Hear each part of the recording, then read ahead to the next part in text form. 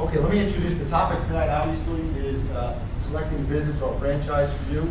Mike Funaro is the presenter. Mike is he's a number of things. He is a SCORE counselor.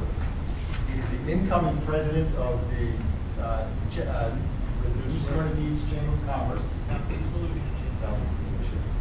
And he's a small business owner besides, and I'm sure he'll explain a little bit about that. And I'm a good dancer. And he's a reasonably good I like dancer. long walks on the beach and all that stuff. Thank you, Bill. Well, we all have one thing in common tonight. None of us has any idea what I'm about to say.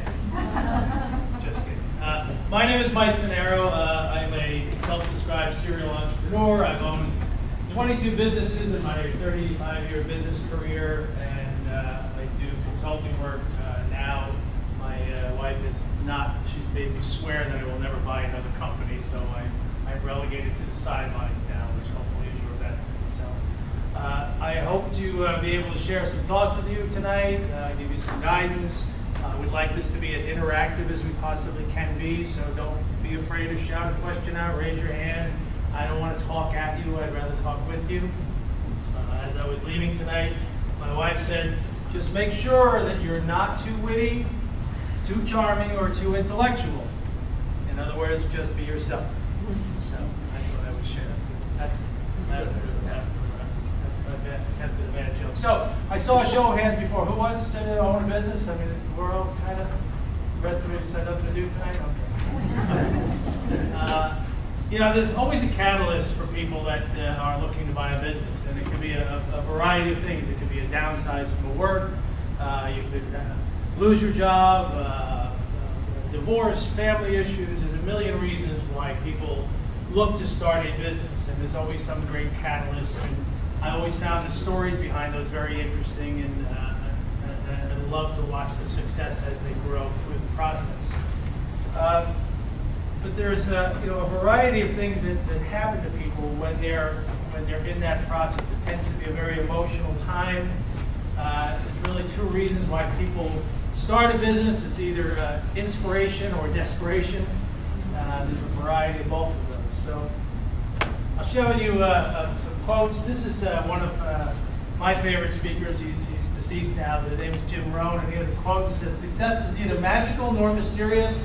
Success is the natural consequence of consistently applying basic fundamentals." See that over here? What are basic fundamentals? Anybody go to college for Small Business 101? And most of the stuff that we adopt and learn and do on our daily functions as small business owners, they don't teach. So you either have to have them inbred in your DNA, or you have to be able to go get them. So when you start looking at business opportunities, where do you start? And most people start in the business name or the type. I want to open a restaurant. I want to open a Dunkin' Donuts franchise. I want to open a Chick-fil-A. I get 6 calls a week, people want to buy Chick-fil-A's. But they typically start with a business type or a name. I'm a great cook, and therefore I want to open a restaurant. Every time I go into Dunkin' Donuts, they're busy all the time, and if I own one, I'll be a millionaire. Most people start on the business name. Most people, in the better choice, is always looking at the business model. And when you look at business models, you basically want to evaluate lifestyle, financial, and competency assessment, which I'll get to in just a minute. But things to think about. Do I want employees?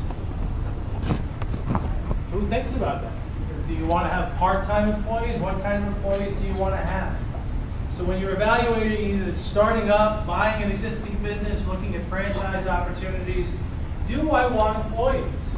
Do I want a home-based business? Do I want a mobile, or do I want a physical plant? Do I want a brick and mortar? Do I want an e-commerce business? Do I want to be able to work in my pajamas? How much money do I need, and how much do I want to make? Two very different questions. We all have bills. We all have needs. So what do we need to make, and then what do we want to make? Very different questions. We'll get to all these in just a minute. How much do I have to start the business?